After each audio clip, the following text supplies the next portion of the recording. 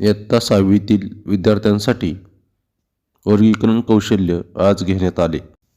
यामध्ये विद्यार्थ्यांनी स्वतःहून वर्गीकरण कौशल्य म्हणजे काय याची माहिती दिली।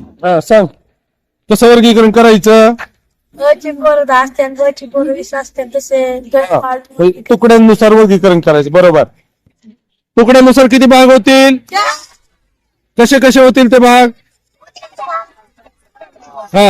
म्हणजे आपले जे 6वीचे आहेत वर्ग म्हणजे अ आणि ब चे, त्याप्रमाणे अ च्या मुली, ब च्या मुली, अ ची मुलं आणि ब ची मुलं।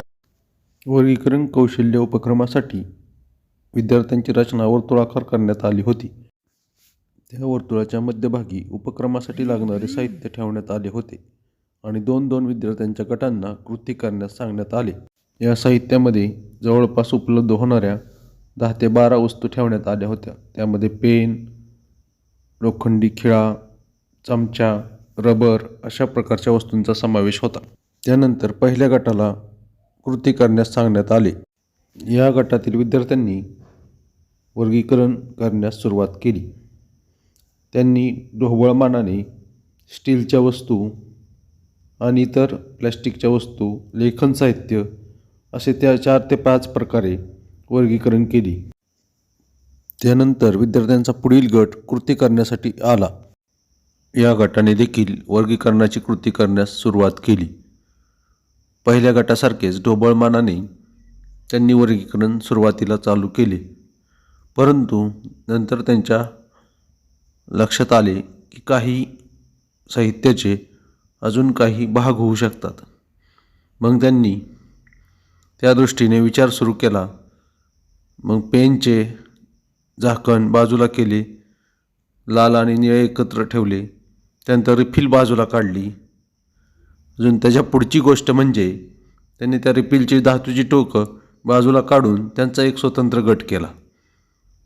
तसेच लोखंडी खिळ्याला असणारे रबर बाजूला काढून अगोदर असणाऱ्या रबराबरोबर त्याचा वेगळा गट केला। अशा प्रकारे त्यांनी जास्तीत जास्त गटांमध्ये वर्गीकरण केले। पहिल्या विद्यार्थ्यांचे 4 गटामध्ये वर्गीकरण झाले होते, तर यांनी तब्बल 10 गटामध्ये वर्गीकरण पूर्ण केले। त्यानंतरच्या 3ऱ्या गटातील विद्यार्थ्यांनी अजून कल्पनाशक्ती वापरून वेगवेगळे गट करण्याचा प्रयत्न केला।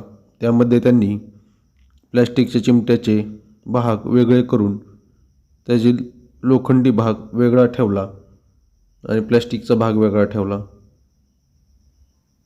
आणि एकूण 13 गटांमध्ये त्यांनी वर्गीकरण केले।